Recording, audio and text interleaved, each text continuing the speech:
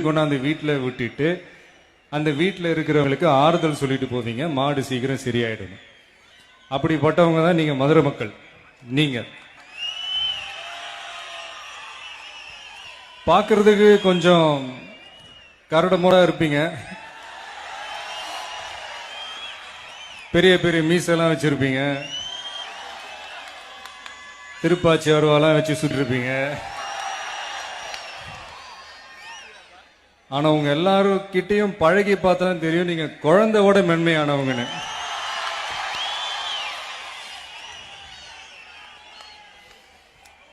உங்களுக்கு யாரையாவது பிடிச்சி போச்சுன்னா அவ்வளவுதான் இல்ல, தூக்கி வச்சு கொண்டாடுவீங்கல்ல.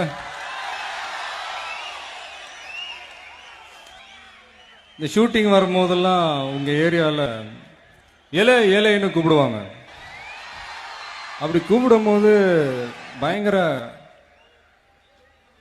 அதட்டல் தெரியும், ஒரு வேகம் தெரியும் ஏலேன்னு கூப்பிடும் போது. ஆனா அதுக்குள்ள ஒரு அன்பும் பாசமும் ஒளிஞ்சிருக்கும் நீங்க கூப்பிடுற அந்த ஏழையில.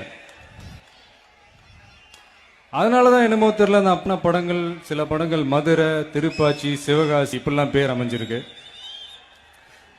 எனக்கு ஒரு டயலாக் கூட ஞாபகம் வருது போக்கிரி படத்துல. நான் ஒரு தடவை முடிவு பண்ணிட்டேன்னா என் பேச்சை நானே கேட்க மாட்டேன். இந்த இந்த டயலாக்லாம் நான் பேசுறதுக்கு தைரியமே, அந்த துணிச்சல், அந்த தில்லுலாம் நீங்க எனக்கு கொடுத்ததுதான். இந்த அழகான ஃபங்க்ஷன்ல உங்க எல்லாரோடைய வாழ்த்துக்களோட, உங்க எல்லாருடைய ஆசீர்வாதத்தோட வேலாயுதம் படத்தினுடைய ஆடியோ இங்க ரிலீஸ் பண்ணியிருக்கோம். அதாவது என்னுடைய ப்ரொடியூசர் மிஸ்டர் ரவிச்சந்திரன்,